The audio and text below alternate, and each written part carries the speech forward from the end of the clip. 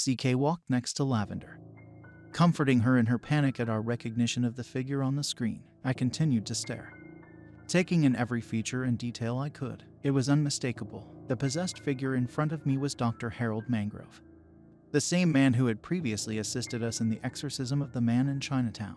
I slumped into an interior contemplation. Like most fields, the practice of exorcism is one which no amount of theory and study can properly prepare you for. You have to be dropped in, boots on the ground and running full speed, to truly understand it. My own short studies in Rome, done over the span of a few months and entirely limited to lectures and classroom praxia, seemed to be woefully inadequate. CK and I had, for the second time in a month, stumbled upon what appeared to be a genuine case. After composing ourselves from the reaction of seeing Harold in the security footage, we immediately conferred about his appearance. Even in my novitial state and watching through the grainy, slightly unsaturated security footage, I could recognize a telltale sign in his eyes. Eyes are the lamps of the body. The words of Jesus himself in the Sermon on the Mount. If the soul is in darkness, the eyes will reflect it. And this is entirely true for the possessed. Like the possessed man in Chinatown, Harold's eyes were unnaturally piercing. His pupils seemed to be black holes, drawing everything in. The whites had become a characteristic off-white. Beyond that, the feeling which he imposed through his glance was something which the mind itself could somehow express. Animistic panic from the deep recesses of the unconscious. The pervading feeling that those eyes belonged to something false, something only pretending to be human, whether from a need to survive Neanderthalic encounters, or a prevalence of the demonic, or some other horror entirely. At some point in ancient days before history was ever written, our minds developed to recognize such beings. Those which appear to be human, but aren't. My heart raced with anxiety as we discussed our next steps. If Harold was already in the full throes of possession, which CK had emphatically insisted, and was also regularly scoping out Lavender's store, then there was little we could do to keep him at bay. We had to get her somewhere safe. And the safest place in this instance would be the rectory. Lavender shut down her store, calling her employees and telling them to take time off for the next few days at least. After placing a firm closed sign on the door, we began our trek back to St. Justin's, keeping a brisk pace. Others seemed to notice our speed, making way for us in between confused glances. Certainly the sight of two priests booking it down the sidewalk side by side with Lavender McCoy must have been quite something. By the time we reached the rectory, I was on the edge of exhaustion.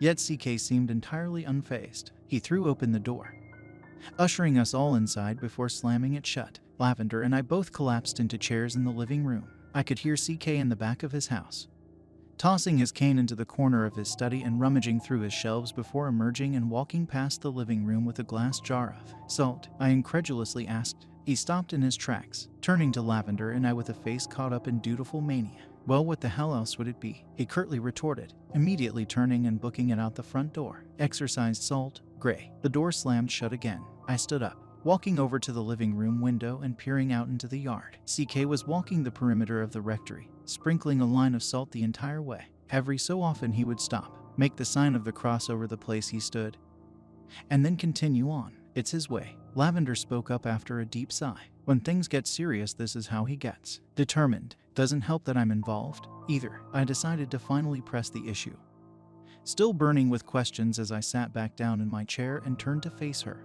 What's the story between you two? Lavender let out a short laugh, getting lost in thought for a moment. It's not for me to talk about, at least not to you, given the circumstances. He'll tell you when he's ready. Father to father, exorcist to exorcist. The front door flew open again and CK came through, closing it just a touch more gently now that he had finished his momentary task. He walked into the living room, holding his noticeably emptier jar of exorcised salt. Gray, my study. As he walked back in haste, I stood up, pensively following as Lavender leaned back into the chair and closed her eyes. As I walked into the office, CK motioned at me to close the door. I obliged and sat down opposite him at his desk. Gray, he began, finally taking a deep breath as the frenzy of the morning caught up with him. We have a serious problem. I nodded, silently preparing to take in CK's own observations. This doctor, CK gritted his teeth and rubbed his hands together. I made a mistake. My expression became undoubtedly quizzical. I've always made a point to check up on everyone after a successful exorcism, even after a diagnosis. I remembered to check up on you. After all, he trailed off for a moment. I didn't check up on Dr. Mangrove. I just let him leave with you. And I'll be held accountable for it someday, CK. I interrupted. You did what you had to do. I was outside with him. I should have recognized something was off. If you need to blame anyone, blame me. No, kid. CK leaned back, rubbing his eyes for a moment. You were green, still are. It was my responsibility and I failed to meet it. Somehow one or more of the Legion must have got caught up with him. He must have wanted answers. But why he didn't reach back out to us when the signs started showing? Perhaps he didn't have time. Perhaps, CK said with a sigh. But it's not common for things to progress this fast. Think about what the Legion was doing, Gray, trying to wear down the family. I recalled, and doing it through the suffering of the possessed. Exactly, he shot back, leaning forward and looking me in the eyes. Whatever is happening now, whatever demon or demons are troubling this man, they're doing something different. He sat back again, looking down at his desk in thought. I just wish I knew what it was, kid. We sat in silence for a moment as CK's glance stared off behind me. Turning to look, I saw his gaze fixed on an image affixed next to the door, recognizable to anyone with a knowledge of iconography. Our Lady of Perpetual Help. Do you know why his shoe is dangling off? He asked. The shoe of the Christ child. I thought for a moment and, realizing I had no idea, shook my head. Fear. CK replied. The angels in the image, on either side, are presenting the instruments of the Passion. A cross, nails, the spear. The Christ child has leapt up into his mother's arms in fear, losing his shoe in the haste. See how his hands grip her hand, pulling it closely and as if to shield him. See her hand, supporting him and keeping him close to her. I nodded, observing the intricacies of the icon. Even his face shows that fear. And his mother's face a stout resilience, motherly love, but a knowledge of the inevitable. The sword that Simon prophesied for her, too. I turned back to CK. Why this image? He looked at me and gave a slight smile. Sometimes I have to identify with the Christ child here. I'm afraid, Gray. Not for myself, though. I'm afraid because I recognize the instruments at play here. We have a duty to free this man's soul, but even then, if he's truly done the things Ezra saw, well, like the image, fate is bearing down. I paused for a moment. CK. I asked Lev, Ezra, about her relationship with you. He cocked an eyebrow at me, and she told me to ask you that you'd tell me when the time was right. He smirked and laughed softly. She was right, kid. CK sat back up, adjusting his cassock and pulling out his notebook from the interview. So I suppose I'll fill you in. Not right now, though. Though accepting the answer, I gave a slightly dejected sigh. Gray. I have to call the chancery and yell at our most holy and blessed Bishop Joseph. His signature biting sarcasm came right back. What about his recommendation? To call the police. CK glared up at me. No, not yet. I need to figure things out first before we do anything. I'm going to take care of matters here. Call the chancery and get the process started. I need you to take care of parish business. You'll have a noontime congregation assembled without a shepherd if we keep talking. I glanced at the clock on the side of the study and noticed the time. 1:15 Daily Mass it is. I acceptingly replied, standing up and adjusting my cassock. Will you both be here when I get back, kid? If I manage to go anywhere else within the hour it'll take you to get back here, then something is truly wrong. He flashed me a short smile which I returned, stepping out of his office and walking towards the front door. Lavender, although I suppose I'd taken to thinking of her as Ezra by this point, sat asleep in the same chair. Walking out across the front lawn to the door of the church, I could already see some of the usual daily mass attendees approaching. The Hendersons were walking up the sidewalk. A few elderly folks and families stepping out of their parked cars. Walking inside, I caught sight of a dozen or so familiar faces already seated. The Cambridges, the Montinez, the biker couple who always managed to sneak out before I could ever catch their names. One of the funny things about parish ministry is that you very quickly develop a relationship with the usual crowd. I vested and celebrated without a hitch, joined at the altar by the studious young Jude Henderson. As I thanked him in the sacristy after Mass, his dad, Brandon, announced himself with a short knock. Hey Jude, he sang, laughing at his son's instant embarrassment. Dad, come on, he bemoaned, not in front of Father. I chuckled as he finished hanging up his own cassock. Brandon walked in and we exchanged the pleasantries of a handshake. Hey Father. Got a minute? Of course, I replied, in the midst of hanging up my chasuble. What can I do for you? He gave a quick smile and looked over at his son. Hey buddy, go out and hang with your mom. Gotta talk to Father for a second. Jude dutifully nodded and headed out, Brandon shutting the door behind him so that it was just the two of us in the sacristy. I continued to divest as I noticed Brandon trying to find his words. Father, he began, you know we live just down the way.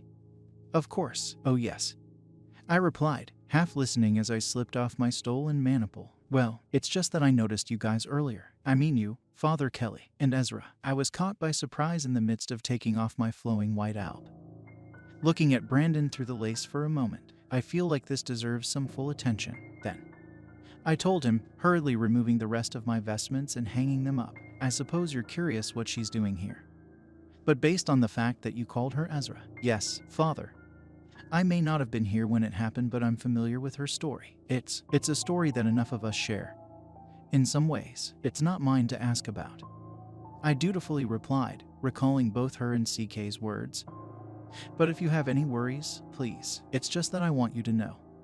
If there's something she's gotten involved in or something that's put her in danger, Father Kelly is going to do whatever it takes to keep her safe. He will absolutely not let it rest. Don't leave his side. He's experienced, he's knowledgeable.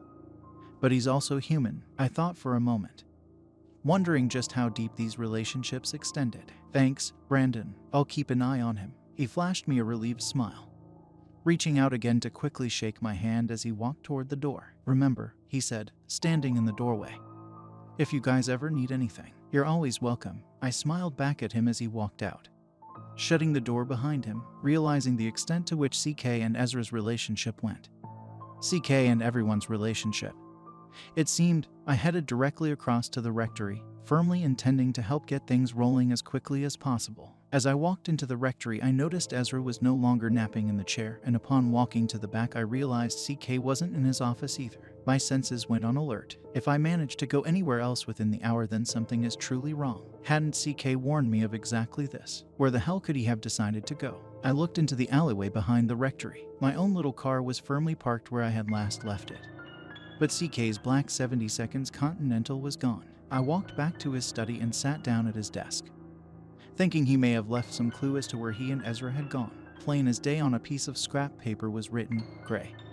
Gone to Chancery, drive over. I leaned back in the chair, taking in a small breath of relief. Yet, I was still unnerved by something. I sat back up, cautiously surveying my surroundings. CK's office was normal, decorated in a usual array of books, icons, and a small crucifix next to the door. Something continued to nag at my mind, though, and that sense of anxiety was growing. Then I noticed the lights, ever so slightly dim, like I was viewing them through an invisible haze. I recalled the sight immediately, shooting up from the chair and taking in the totality of my surroundings. Even the light coming in from outside seemed dimmed, and I felt as if I could see the faintest wisps of fog coming over the rectory. Thud! I shot my eyes toward the door, my heart skipping a beat. I had unconsciously shifted down into a semi-crouch stance, some instinctual fight or flight. That wasn't the sound of the door, I told myself, examining an off-looking spot on the wall. That was. I peered over the desk,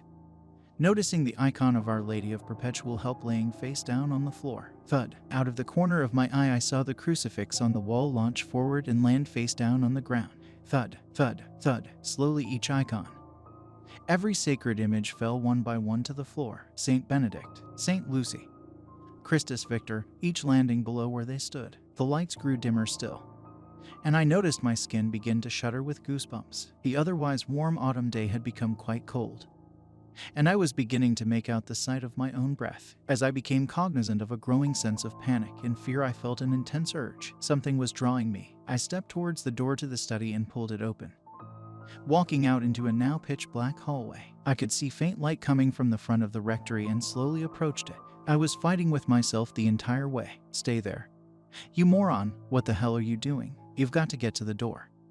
You need to open the door. Don't open the door. Do not open the door. Run to your car. Open the door. Open the door. Open the door. My hand had already turned the handle and begun slowly opening the front door by the time I realized what I was doing. Outside, the entire world had fallen away. A blanket of fog covered the neighborhood, which was eerily quiet. Not a single sound. No birds.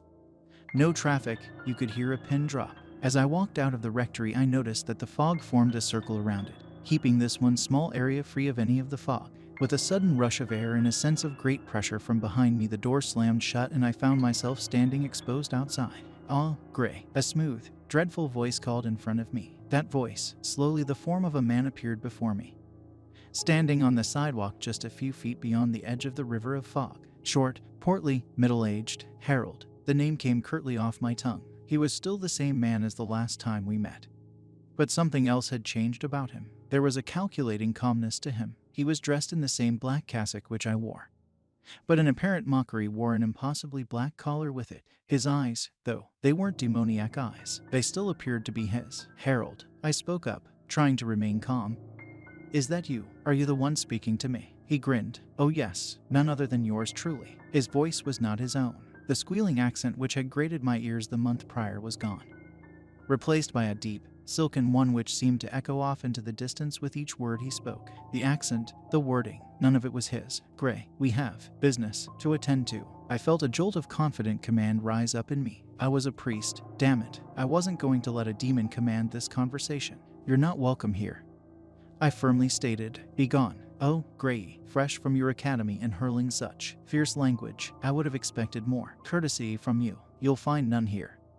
"Accuser." He seemed to wince at the title. "Don't name me, fool boy." His reply was short, precise. He regained his confidence. "Gray, I just want one thing, only one. I've got nothing for you, demon." He chuckled under his breath. "I am prepared to leave you be." My eyebrow unconsciously rose. Haha, oh yes, prepared to take myself back from whence I came. But he seemed to lose any of his false joviality, suddenly becoming quite serious. The air around me grew frigid, and I noticed my warm breath entirely visible. "Give us that bitch, Ezra," I realized. "Oh yes, Ezra," he replied with a smile. We much preferred her new name. We're sure she won't appreciate our father's name for her.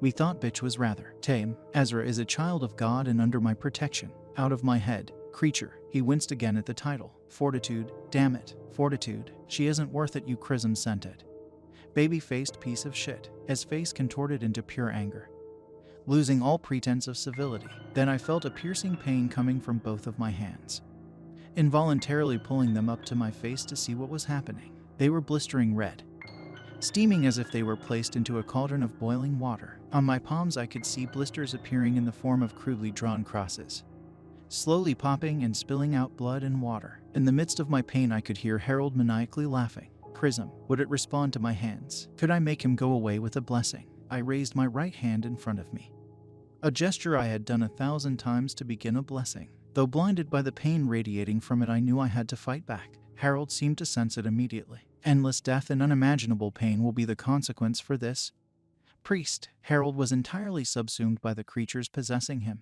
The eyes changed in an instant, pupils blacker than night, whites the color of dried blood. I could see hate and anger well up in him, and beneath the human form my unconscious mind could almost see the bestial entity clawing its way into this world, hell-bent on my destruction. I raised my hand up, preparing to make the sign of the cross. Harold leapt forward, landing on all fours and jumping forward with the force of a wild animal. His eyes, looking me dead on, were like those of a wild hog, a beast preparing to close in on its prey. I stood my ground in the instant, interiorly calling on the aid of God, his angels, and all the hosts and powers of heaven as I prepared to begin whatever impromptu exorcism this turned out to be. Then, as suddenly as he had launched forward, Harold came to the barrier of the fog, the line of exorcised salt which CK had made. A terrifying, inhuman scream shot through my senses, followed by a blinding light. Without thinking, I kneeled down to try and shield myself, covering my ears and squeezing my eyes, which somehow could not escape a radiance brighter than the sun.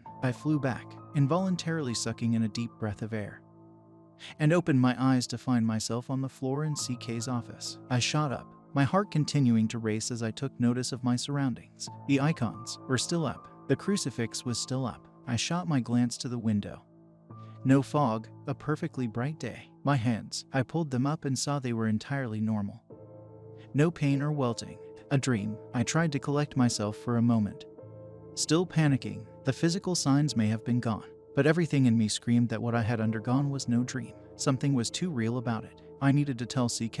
I glanced down at the desk again and saw the same note as before. Gray, gone to Chancery, drive over. I reached into my pocket and pulled out my keys, praying I hadn't wasted any time. I was going to fight.